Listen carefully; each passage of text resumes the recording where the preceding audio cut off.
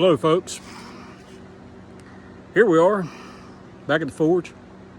Been working all day, still trying to do kind of light work, but it is stupid hot for November. This is supposed to be the last hot day and I hope it is. I'm ready for some cool weather. So I want to try to make a little knife today. I want to make a small game knife, small skinner, whatever you want to call it. I want something fairly narrow. I only want the blade maybe half, 3/4 inches wide, kind of short. I only want, I don't know, 2.5, 3-inch cutting edge. I've got a piece of 1/8 inch 1095 that I had for another project that I never did. So I want to forge this out. I think I want a finger choil so it can choke up next to the blade, and maybe a thumb rest. Fairly narrow handle. Anyway, let's get it hot, smack it a few times and see what happens. All right, as always, we're going to start out by drawing out a point, which will of course be the point of our blade.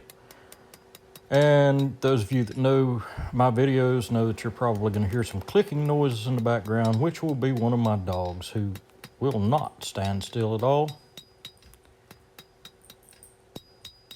So, we've got our point drawn.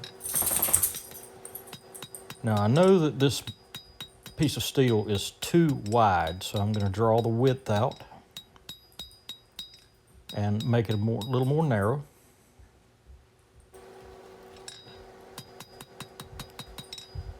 Just working it out, trying to keep my thickness even. This was 1/8 inch thick to start with, and I'd like to try to keep it at 1/8 inch.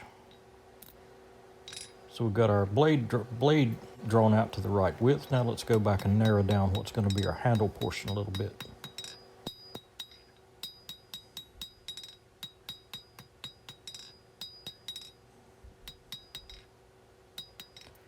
Don't need that quite as narrow as the blade. All right. Need to draw my point down a little more, a little farther back, a little less acute of an angle. I want that point to be almost the length of my blade.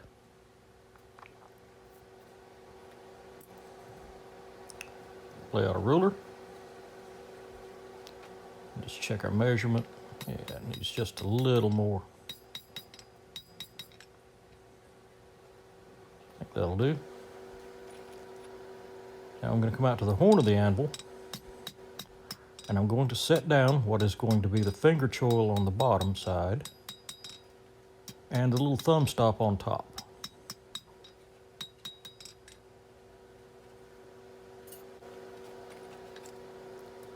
Didn't get quite enough that first time. We're going to narrow it down a little more.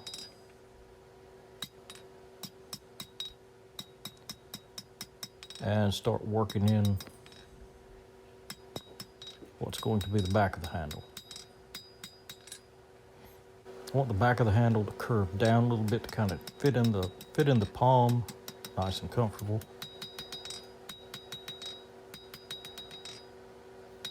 We're just going to do all the shaping of the handle predominantly on the horn. It's actually looking pretty good. Come back here and just, yeah, that's a little much. We'll go farther back and straighten it out a little bit. And check our length. Yep, I believe that's going to be pretty good for the handle once I've cut it off. But before I cut it off,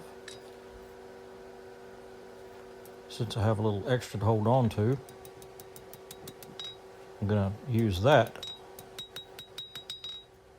to hold the blade a little better while I work on the bevels. I forged in my reverse curve. We're just going to start working on the bevels. Working both sides.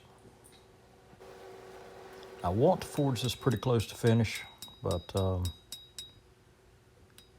yeah, I've already forged it too thin, but we'll worry about that later. It's going to be forged almost completely to the finished thickness.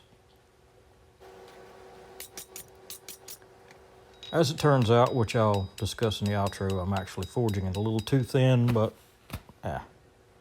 sometimes it happens. So our edge is going to be a little too thin for what I wanted. But that's okay. There's always a way to work around. Working that bevel from both sides. I try to keep the worst of the scale off. I've already got a little too much curve in that blade, more than I wanted. I'd rather have it a little bit straighter. But that's okay. So now I'm just forging in a little bit of distal taper, and as I do that, it actually straightens some of that curve out of the blade, which is fine. That's a little more of the shape I was looking for. Yeah, I'll call it good. Let's get our handle the right length, and I'm just going to mark it with one of these welder's pencils. These are great Silver Streak welder's pencils. A lot of times you can actually even see the mark when the steel's hot. So they're a great little addition to any shop.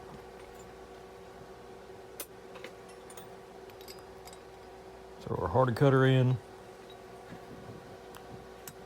And go to our mark, and we'll just whip this off. I really need to sharpen that hardy cutter. Yeah, it's okay. We'll break it off anyway. Yep, there we go. Looking pretty good. That suits me. Okay, well, we got that one done. Cleaned it up on the grinder a little bit, ran it through the normalization cycles. It's almost exactly what I wanted. About a 2.5 inch blade, nice little short handle, little thumb rest, finger choil so you can really choke up. Did make a mistake though. I wanted to forge this really close to finish, and I forged it a little too close. You should leave a little more thickness in the edge than I did in this, because now if I polish that after the heat treat, I don't want a zero edge. I want a secondary bevel. If I wanted a zero edge, it'd be fine, but that's not what I want. So in order to do the way I want to, I'm going to have to leave the scale on this blade. And I may just do, I think that's what I'll do. I'll just leave the scale on this, not even bother polishing the flats. It'll be nice and sharp. It'll be a great little cutter. It'll be unique. I think I have some orange G10 I may put on for the scales. Anyway, hope you all enjoyed. Thanks very much for watching. God bless and have a great day.